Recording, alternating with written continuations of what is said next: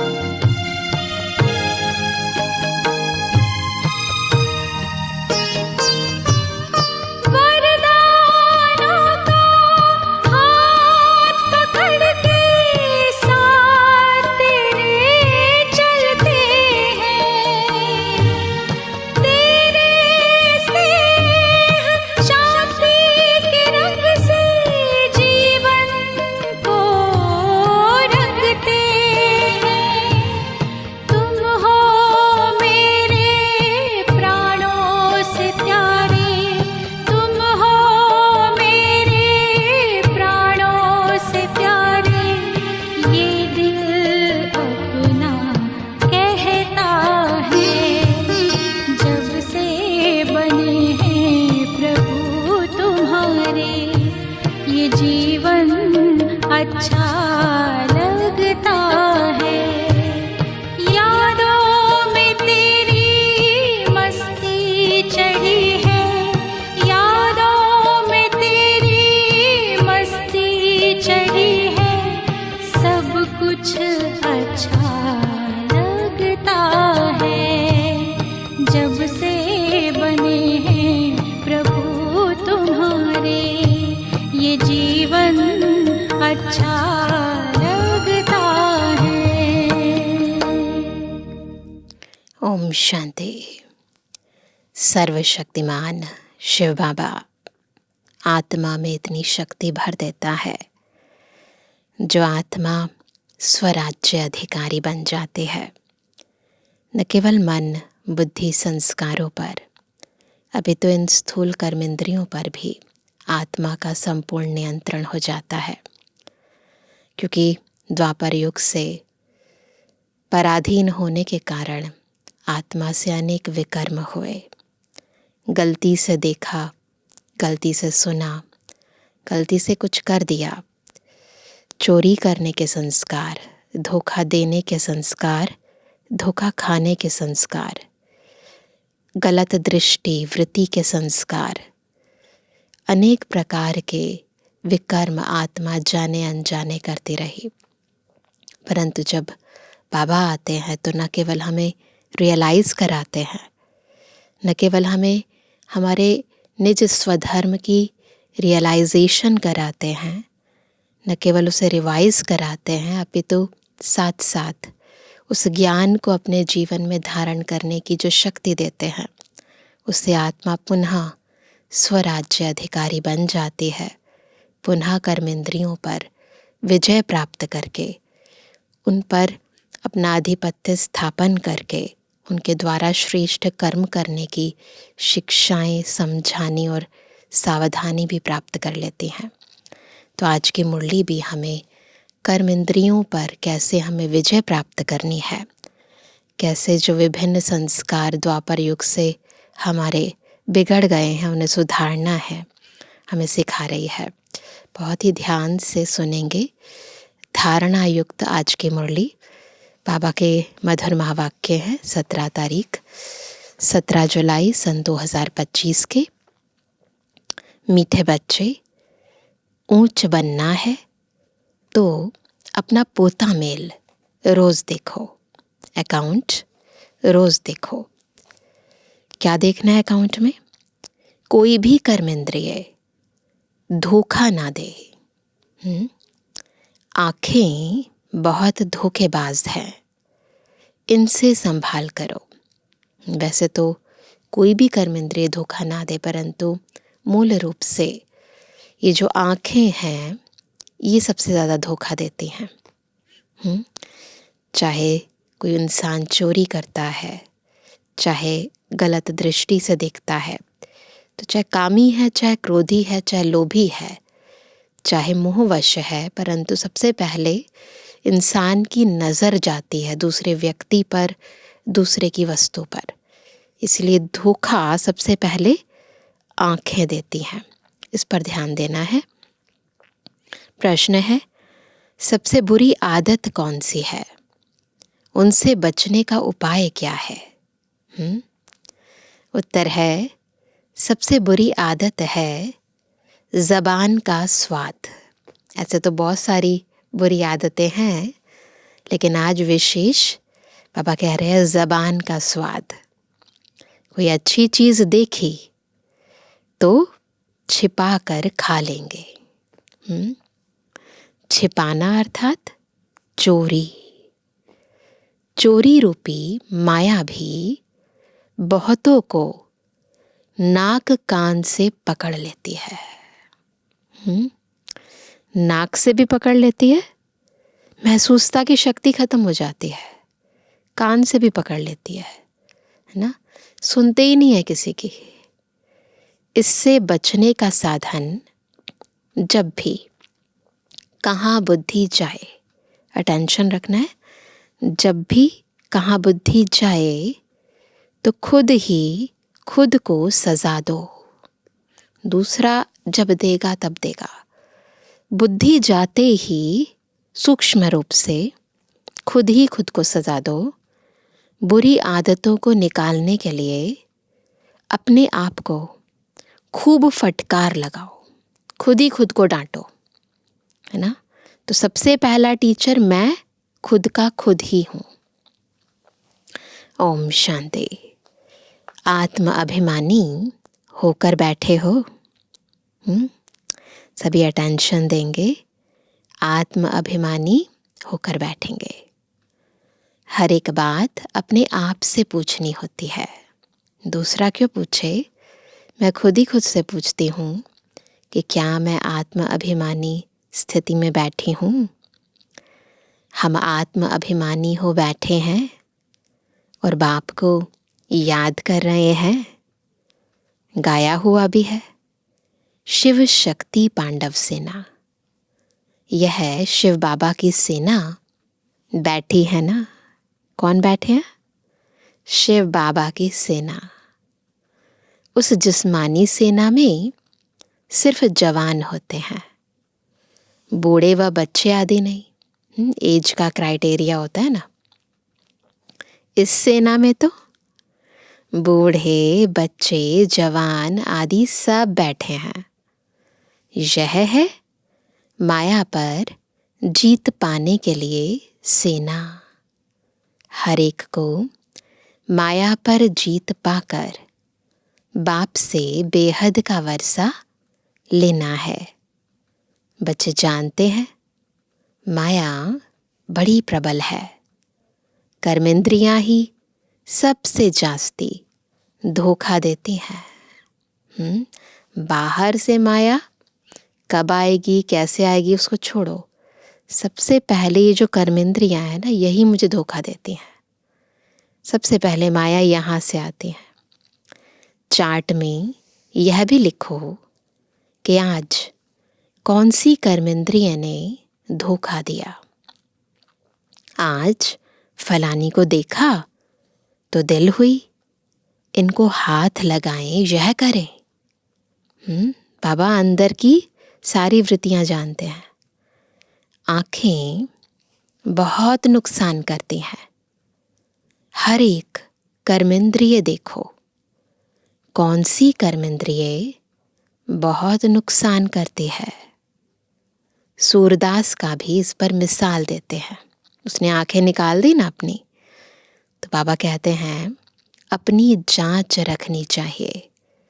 आंखें बहुत धोखा देने वाली हैं। अच्छे अच्छे बच्चों को भी माया धोखा दे देती है।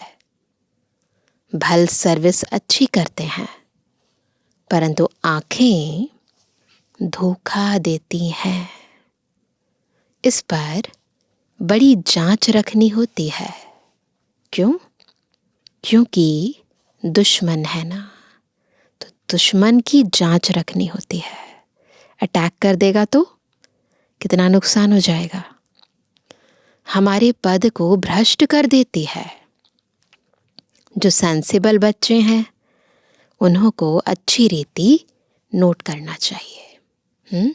सब सेंसिबल है ना, तो अच्छी रीति नोट करेंगे, है ना, महीनता से नोट करेंगे, ऊपर ऊपर से नहीं। डायरी पॉकेट में पड़ी हो।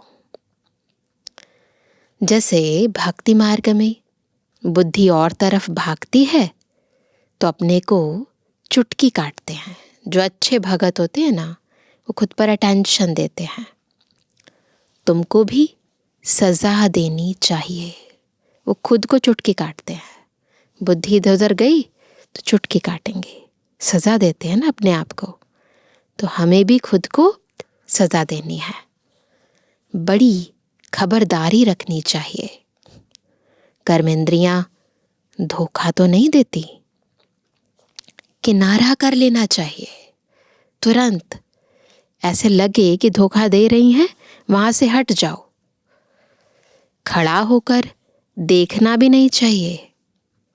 स्त्री पुरुष का ही बहुत हंगामा है। देखने से काम विकार की दृष्टि जाती है। इसलिए सन्यासी लोग आंखें बंद करके बैठते हैं। क्यों आंखें बंद करके बैठते हैं? तो दृष्टि जाएगी, बुद्धि जाएगी, है ना, चंचल हो जाएगी, तो फिर योग ध्यान टूट जाएगा। इसीलिए आंखें ही बंद कर लेते हैं। कोई कोई सन्यासी तो स्त्री को पीठ देकर बैठते हैं, है ना। उन सन्यासियों आदि को क्या मिलता है? करके 10-20 लाख करोड़ इकट्ठा करेंगे। मर गए तो खलास, इकट्ठा किया, मर गए तो फिर कहाँ गया? खत्म। फिर दूसरे जन्म में इकट्ठा करना पड़े। तुम बच्चों को जो कुछ मिलता है वह अविनाशी वर्षा हो जाता है। वहां धन की लालच होती नहीं, ऐसी कोई अप्राप्ति होती नहीं। कहाँ? सतयुग में, जिसके लिए माथा मारना पड़े। कलयुग अंत और सतयुग आदि में रात दिन का फर्क है। सतयुग में सब कुछ है और मेहनत भी नहीं है। यहाँ कुछ भी नहीं है और मेहनत कितनी है। तो बाबा कहते हैं वहाँ तो अपार सुख होता है, यहाँ कुछ भी नहीं। बाबा हमेशा कहते हैं संगम अक्षर के साथ पुरुषोत्तम अक्षर जरूर लिखो। क्या लिखना है? पुरुषोत्तम संगम युग। साफ साफ अक्षर बोलने चाहिए, समझाने में सहज होता है। मनुष्य से देवता किए करत ना लागी वार। टाइम नहीं लगता, बस सेकंड में निश्चय हुआ और बस देवता बनने की ओर आत्मा पुरुषार्थ करने लगती है। बाबा कहते हैं तो जरूर संगम पर ही आएगा ना देवता बनाने, नरकवासी को स्वर्गवासी बनाने। मनुष्य तो घोर अंधियारे में है, स्वर्ग क्या होता है पता ही नहीं। और धर्म वाले तो स्वर्ग को देख भी नहीं सकते। इसलिए बाबा कहते हैं तुम्हारा धर्म बहुत सुख देने वाला है। उनको कहते ही हैं हेवन, परंतु यह थोड़े ही समझते हैं कि हम भी हेवन में जा सकते हैं। किसको भी पता नहीं है। भारतवासी यह भूल गए हैं। हेवन को लाखों वर्ष कह देते हैं। क्रिश्चियन लोग खुद कहते हैं 3000 वर्ष पहले हेवन था। लक्ष्मी नारायण को कहते ही हैं गॉड गॉडेस, है ना। जरूर गॉड ही गॉड गॉडेस बनाएंगे। है नहीं गॉड गॉडेस, परंतु उन्हें ईश्वर से तुलना की जाती है ना उनकी भी। तो दुनिया वाले ज्ञान पूरा ना होने के कारण उनको ही भगवान भगवती कह देते हैं। परंतु ऐसा बनने के लिए उन्होंने पुरुषार्थ कब किया और किसने कराया ये नहीं जानते ना। तो मेहनत करनी चाहिए, रोज अपना पोता मेल देखना चाहिए। तो ये मेहनत करनी है। कौन सी कर्मेंद्रिय ने धोखा दिया? जबान भी कोई कम नहीं। आंखें फिर आ जाओ जबान पर। कोई अच्छी चीज देखी तो छिपा कर खा लेंगे। समझते थोड़े ही है कि यह भी पाप है। चोरी हुई ना, सो भी शिव बाबा के यज्ञ से चोरी करना बहुत खराब है। कख का चोर सो लख का चोर कहा जाता है ना। बहुतों को माया नाक से पकड़ती रहती है, रियलाइज ही नहीं होता है इंसान को। यह सब बुरी आदतें निकालनी है। चोरी करने की दृष्टि वृत्ति गलत, है ना, ये सारी आदतें निकालनी है। अपने को फटकार लगानी चाहिए। क्या कहेंगे, है ना, क्यों करते हैं, ना, खुद ही खुद को चमाट मारनी चाहिए। तो बाबा कहते हैं अपने पर फटकार डालनी चाहिए। जब तक बुरी आदतें हैं तब तक ऊंच पद पा नहीं सकेंगे। स्वर्ग में जाना तो बड़ी बात नहीं है, इम्पोर्टेंट तो पद है ना, परंतु कहाँ राजा रानी, कहाँ प्रजा।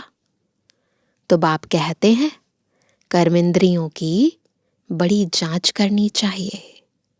कौन सी कर्मेंद्रिय धोखा देती है, पोता मेल निकालना चाहिए।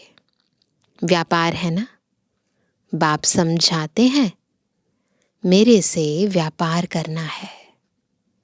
ऊंच पद पाना है तो श्रीमत पर चलो। बाप डायरेक्शन देंगे, उसमें भी माया विघ्न डालेगी, करने नहीं देगी।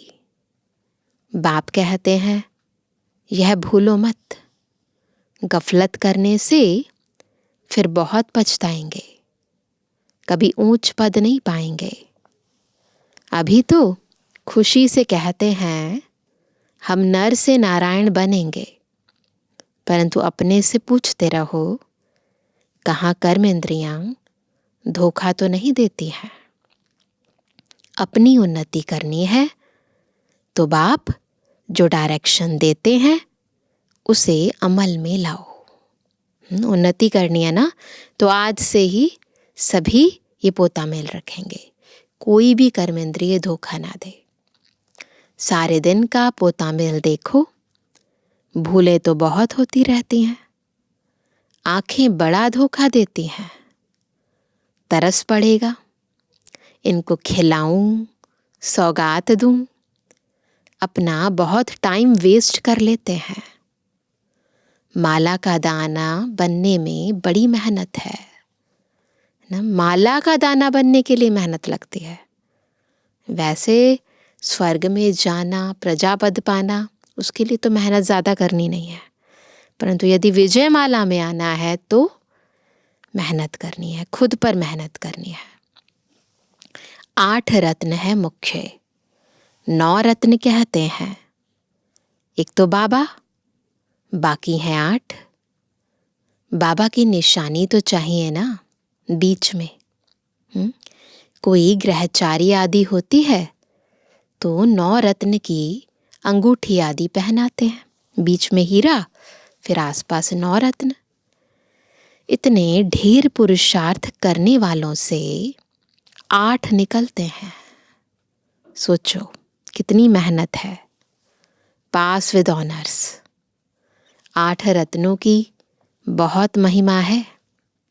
देह अभिमान में आने से कर्मेंद्रियां बहुत धोखा देती हैं। कर्मेंद्रियां क्यों धोखा देती हैं? मूल कारण है देह अभिमान, है ना। भक्ति में भी चिंता रहती है ना। क्या रहती है? सिर पर पाप बहुत हैं, दान पुण्य करें तो पाप मिट जाए। करते हैं ना भक्ति में भी, है ना। गरीबों को दान करेंगे, ब्राह्मणों को दान करेंगे, और भी, है ना, जीव जंतुओं को भी खिलाते रहते हैं। तो कोई ना कोई ग्रहचारी को उतारने के लिए कोई ना कोई, है ना, कर्म कांड करते रहते हैं, दान पुण्य करते रहते हैं। इसको खिलाओ, उसको खिलाओ, इसको ये दो, उसको उसका दान दो।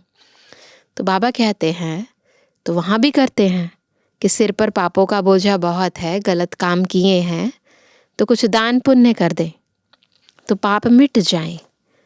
सतयुग में कोई चिंता की बात नहीं, क्योंकि वहाँ रावण राज्य ही नहीं, है ना।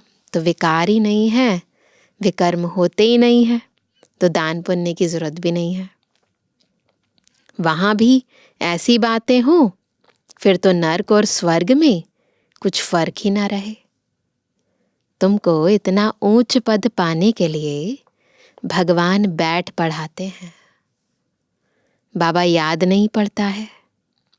अच्छा पढ़ाने वाला टीचर तो याद पड़े। पिता नहीं याद पड़ता तो जिससे पढ़ रहे हैं वो टीचर तो याद पड़े। अच्छा भला यह याद करो कि हमारा एक ही बाबा सतगुरु है। मनुष्यों ने आसुरी मत पर बाप का कितना तिरस्कार किया है। बाप अब सब पर उपकार करते हैं। तुम बच्चों को भी उपकार करना चाहिए। किसी पर भी अपकार नहीं, कुदृष्टि भी नहीं, अपना ही नुकसान करते हैं। किसी का अपकार करते हैं, कुदृष्टि डालते हैं तो दूसरे का नहीं, अपना बिगाड़ते हैं। वह वाइब्रेशन फिर दूसरों पर भी असर करता है। ऐसा नहीं कुछ बोला नहीं, कुछ किया नहीं तो कुछ फर्क नहीं पड़ता, नहीं। अंदर जो चलता है ना, मनसा में, वृत्तियों में, वो वाइब्रेशन भी असर करता है। बाप कहते हैं बहुत बड़ी मंजिल है। रोज अपना पोता मेल देखो, कोई विकर्म तो नहीं बनाया। यह है ही विकर्मी दुनिया, विकर्मी संवत। विकर्माजीत देवताओं के संवत का कोई को पता नहीं।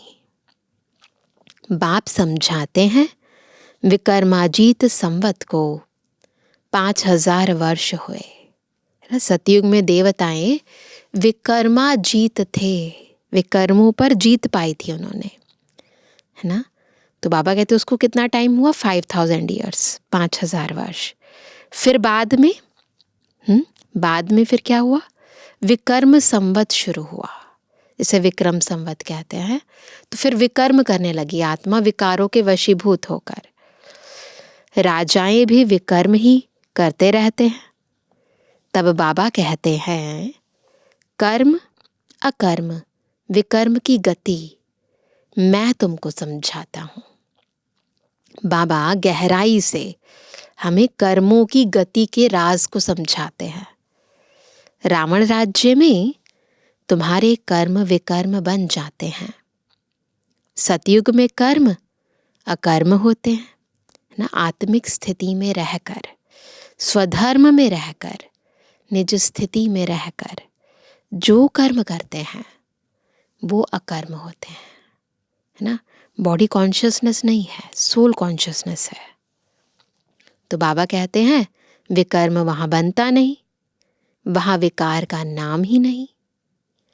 यह ज्ञान का तीसरा नेत्र अभी तुमको मिला है। अभी तुम बच्चे बाप के द्वारा त्रिनेत्री त्रिकालदर्शी बने हो। मनुष्य कोई बना ना सके, तुमको बनाने वाला है बाप। पहले जब आस्तिक हो तब त्रिनेत्री त्रिकालदर्शी बने। पहले आस्तिक बनना पड़ेगा, यानी बाबा जो है जैसा है वैसा उसको जानना, पहचानना, है ना। तीनों लोकों तीनों कालों का ज्ञान होना, तब कहेंगे आस्तिक। तो पहले आस्तिक हो तब त्रिनेत्री त्रिकालदर्शी बने। सारा ड्रामा का राज बुद्धि में है। मूल वतन, सूक्ष्म वतन, 84 का चक्र सब कहाँ है? बुद्धि में है। फिर पीछे और धर्म आते हैं, वृद्धि को पाते रहते हैं।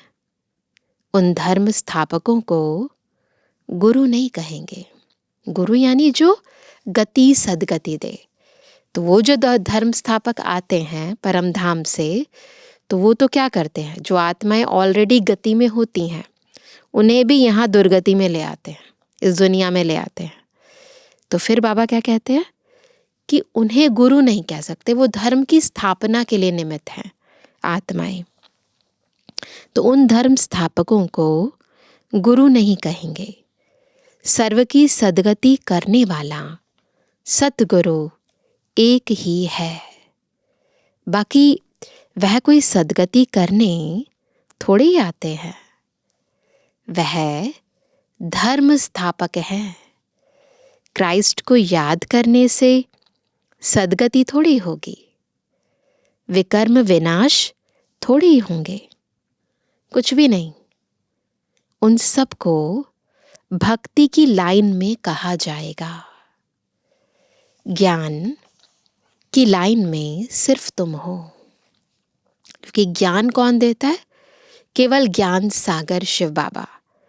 तो जब बाबा आते हैं तो हमें ज्ञान देते हैं और उस ज्ञान से हमारी गति सदगति होती है। तो ज्ञान की लाइन में सिर्फ तुम हो, तुम पंडे हो, सबको शांति धाम सुख धाम का रास्ता बताते हो। बाप भी लिबरेटर गाइड है। उस बाप को याद करने से ही विकर्म विनाश होंगे। अभी तुम बच्चे अपने विकर्म विनाश करने का पुरुषार्थ कर रहे हो, तो तुम्हें ध्यान रखना है कि एक तरफ पुरुषार्थ, दूसरे तरफ विकर्म ना होता रहे। एक तरफ पुरुषार्थ कर रहे हैं आत्मिक स्थिति में रहने का, और दूसरी तरफ फिर आंखें धोखा दे रही हैं, ज़बान धोखा दे रही है। ऐसा भी ना हो। एक तरफ है ना पुण्य का काम कर रहे हैं, दूसरी तरफ पाप भी करते जा रहे हैं। पुरुषार्थ के साथ साथ विकर्म भी किया तो 100 गुना हो जाएगा।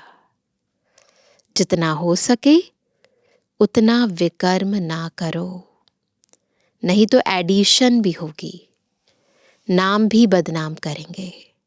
जबकि जानते हो भगवान हमको पढ़ाते हैं तो फिर कोई विकर्म नहीं करना चाहिए।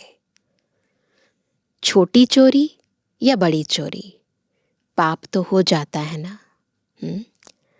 यह आंखें बड़ा धोखा देती हैं। बाप बच्चों की चलन से समझ जाते हैं। कभी ख्याल भी ना आए कि यह हमारी स्त्री है। हम ब्रह्मा कुमार कुमारी हैं, शिव बाबा के पोत्रे हैं। ये याद रहे। हमने बाबा से प्रतिज्ञा की है, राखी बांधी है, यानी प्रॉमिस किया है, बाबा से प्रतिज्ञा की है। फिर आंखें क्यों धोखा देती हैं, है ना?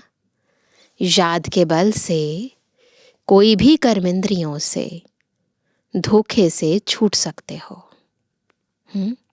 बड़ी मेहनत चाहिए।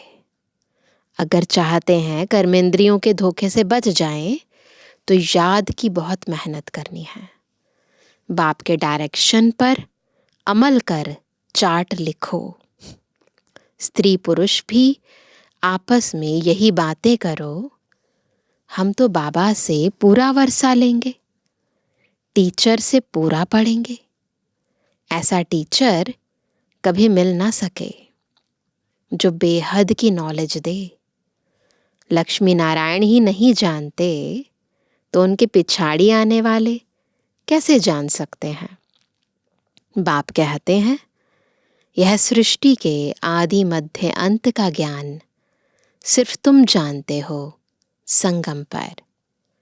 बाबा बहुत समझाते हैं, यह करो, ऐसे करो।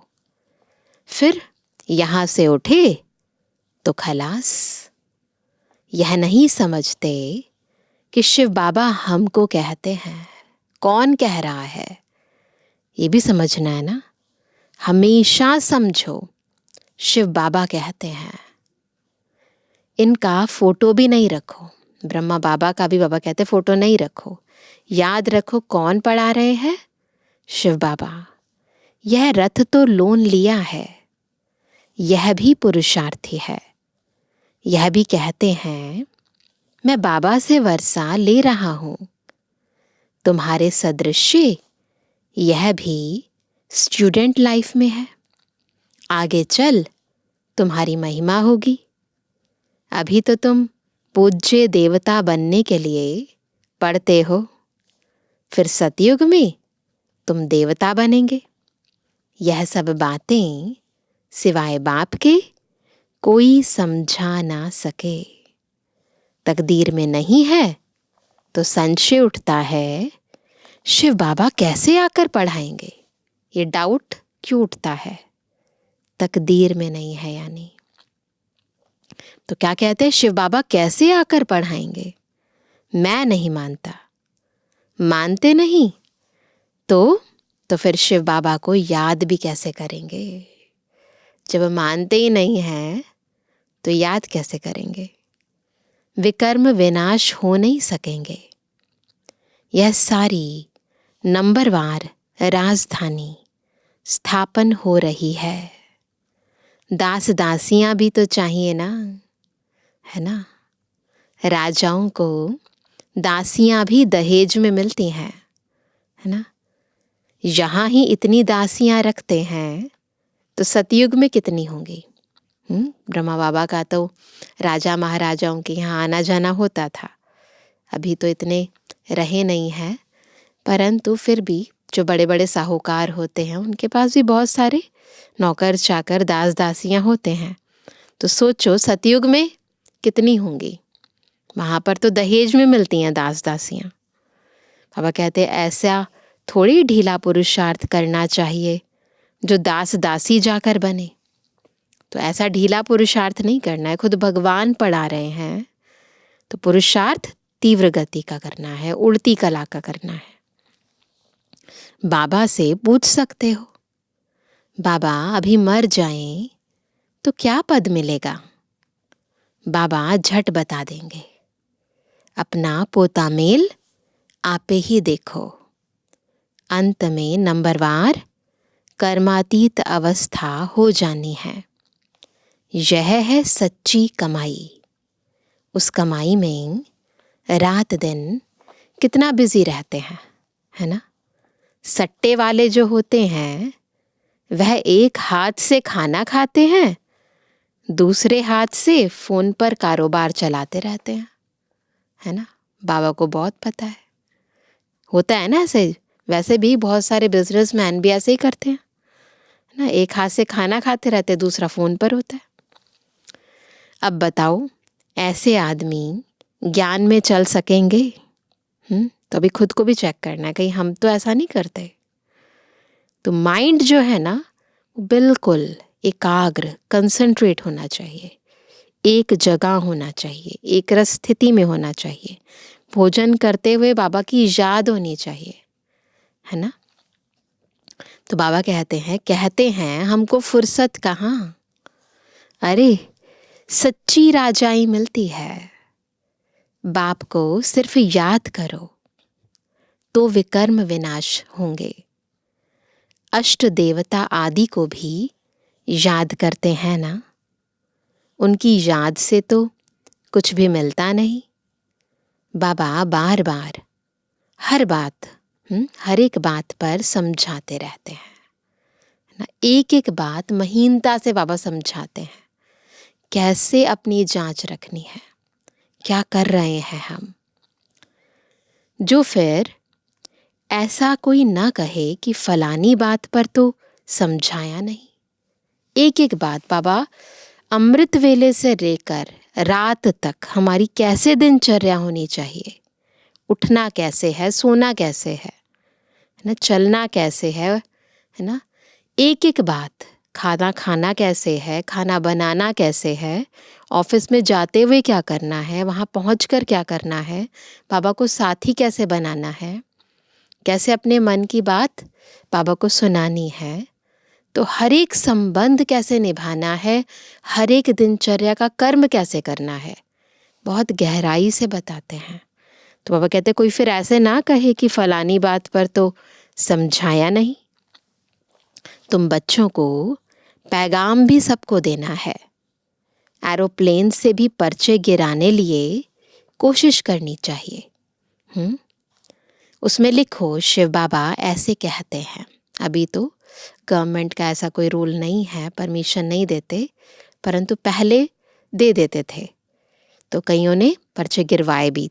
तो बाबा कहते हैं कि उसमें लिखो शिव बाबा ऐसे कहते हैं। ब्रह्मा भी शिव बाबा का बच्चा है, प्रजापिता है तो वह भी बाप, यह भी बाप। शिव बाबा कहने से भी बहुत बच्चों को प्रेम के आंसू आ जाते हैं, है ना?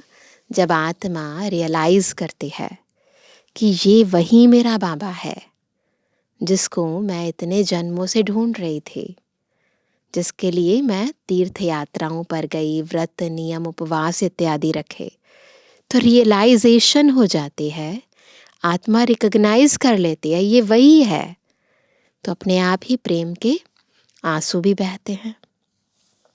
तो बाबा कहते हैं, शिव बाबा कहने से भी बहुत बच्चों को प्रेम के आंसू आ जाते हैं, कभी देखा भी नहीं है। लिखते हैं बाबा, कब आकर आपसे मिलेंगे, बाबा बंधन से छुड़ाओ। बहुतों को बाबा का, फिर प्रिंस का भी साक्षात्कार होता है। आगे चल बहुतों को साक्षात्कार होंगे, फिर भी पुरुषार्थ तो करना पड़े। साक्षात्कार हो गए इसका मतलब खत्म नहीं, वो तो बाबा बच्चों को बहलाने के लिए है ना, कई बार कईयों को निश्चय बिठाने के लिए भी कराते हैं, परंतु अगर ऊंच पद पाना है तो पुरुषार्थ करना है। मनुष्य को मरने समय भी कहते हैं, कोई मरने वाला होता है तो भी क्या कहते हैं, मरने समय भी कहते हैं भगवान को याद करो, तुम भी देखेंगे पिछाड़ी में क्या करेंगे, पिछाड़ी में खूब पुरुषार्थ करेंगे, याद करने लगेंगे। ऐसे ही होता है ना, जब एग्ज़ाम आने वाला होता है तो बहुत ज़्यादा मेहनत करने लग जाते हैं, है ना। बाप राय देते हैं, बच्चे जो समय मिले उसमें पुरुषार्थ कर मेकअप कर लो। बाप की याद में रहे विकर्म विनाश करो, तो पीछे आते भी आगे जा सकते हो। जैसे ट्रेन लेट होती है तो मेकअप कर लेते हैं ना, तुमको भी यहाँ समय मिलता है तो मेकअप कर लो, यहाँ आकर कमाई करने लग जाओ। कहाँ, मधुबन में आकर, है ना, भट्टियाँ होती हैं ना, तो आना चाहिए यहाँ पर। बाबा राय भी देते हैं, ऐसे ऐसे करो, अपना कल्याण करो, बाप की श्रीमत पर चलो, एरोप्लेन से पर्चे गिराओ, जो मनुष्य समझें कि यह तो बरोबर ठीक पैगाम देते रहते हैं। भारत कितना बड़ा है, सबको मालूम पड़ना चाहिए, जो फिर ऐसे ना कहें कि बाबा हमको तो पता ही नहीं पड़ा, तो इसलिए सबको पैगाम देना है। अच्छा मीठे मीठे के बेजवानी बच्चों पे जुबानी बाप दादा का दिल जान से को प्रेम से नंबरवार प्रसाद अंसार याद कर। रूहानी बच्चों की रूहानी बाप दादा को गुड मॉर्निंग, नमस्ते नमस्ते नमस्ते। धारणा के लिए मुख्य सार, पहला, सेंसिबल बन अपनी जांच करनी है कि आंखें धोखा तो नहीं देती हैं।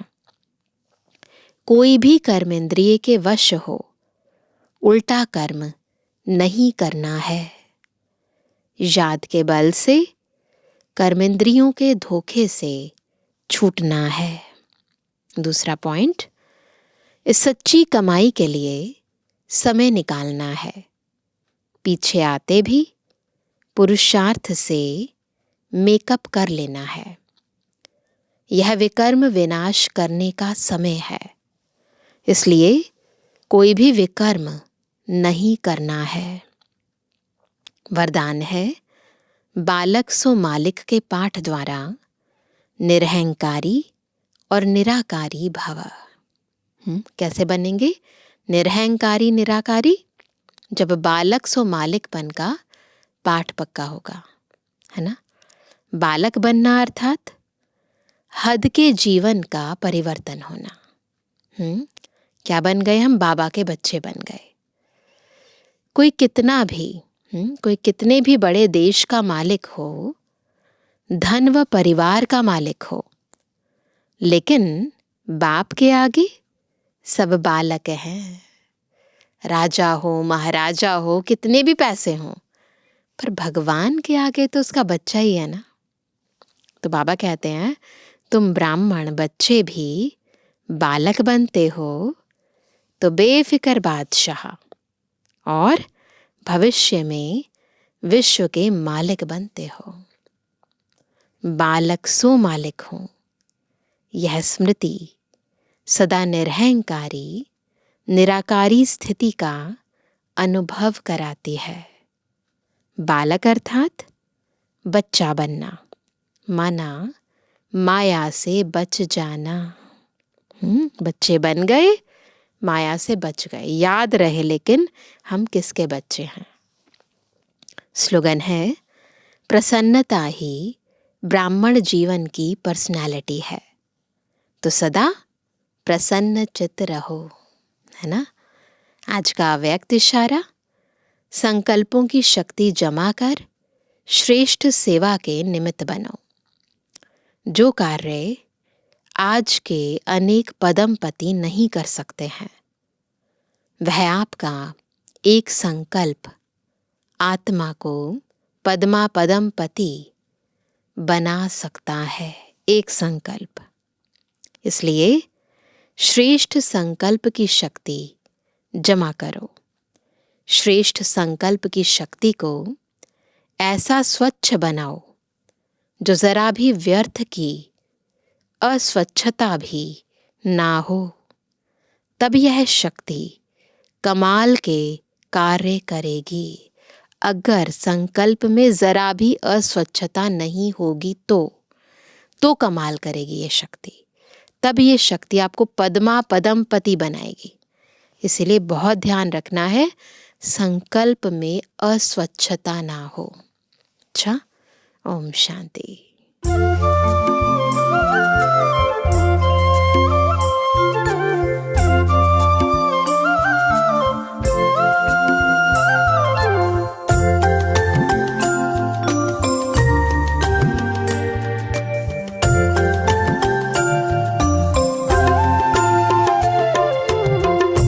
ईश्वर से जो प्रीत लगाए,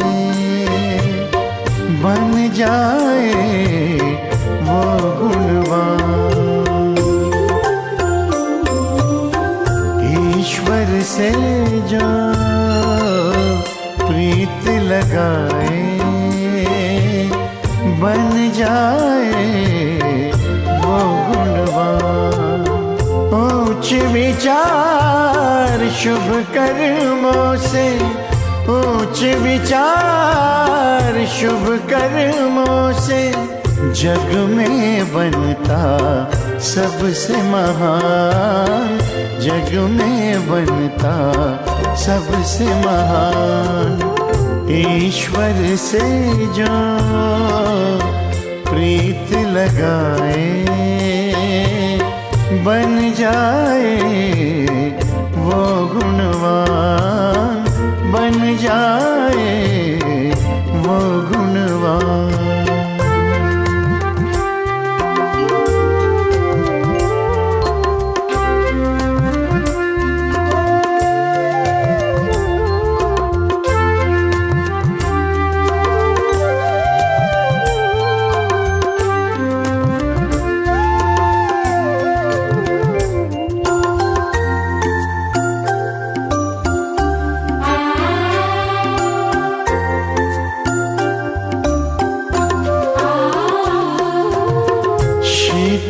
दृष्टि नम्र जीवन से, सबको वो सुख देता है।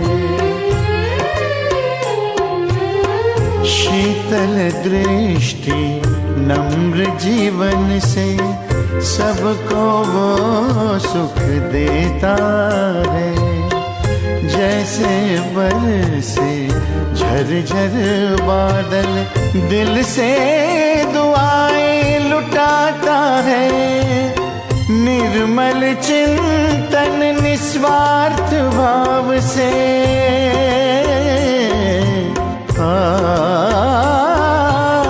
निर्मल चिंतन निस्वार्थ भाव से, सुंदर रचता अपना जहान।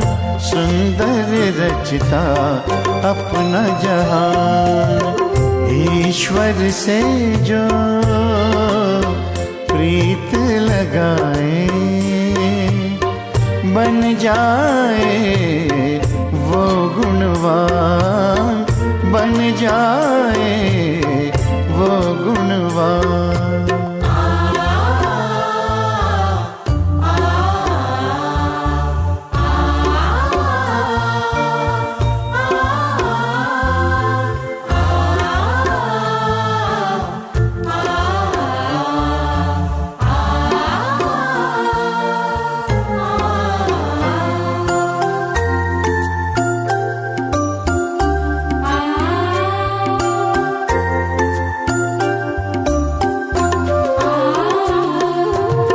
जैसे धार से पत्थर पिघले, कष्टों को सह कर खुद को बदले।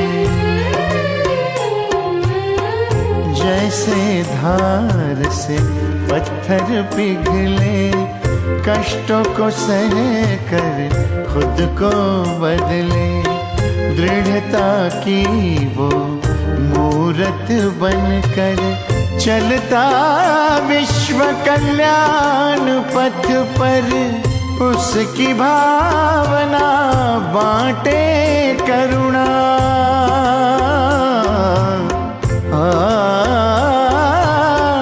उसकी भावना बांटे करुणा। स्नेह शीतलता उसकी शान, स्नेह शीतलता उसकी शान। ईश्वर से जो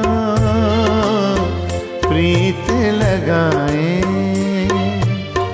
बन जाए वो गुणवान, बन जाए वो गुणवान।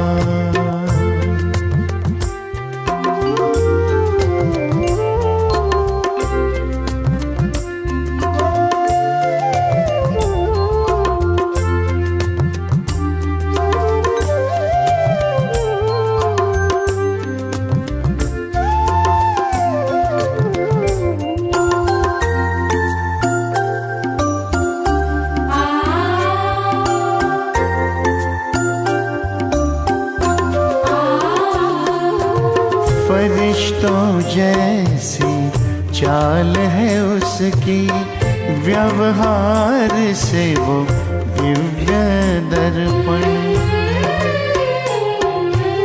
फरिश्तों जैसी चाल है उसकी, व्यवहार से वो दिव्य दर्पण। स्नेह की खुशबू सबको देता, पुष्प जैसा उसका मन। उसकी महिमा ये जग गाता,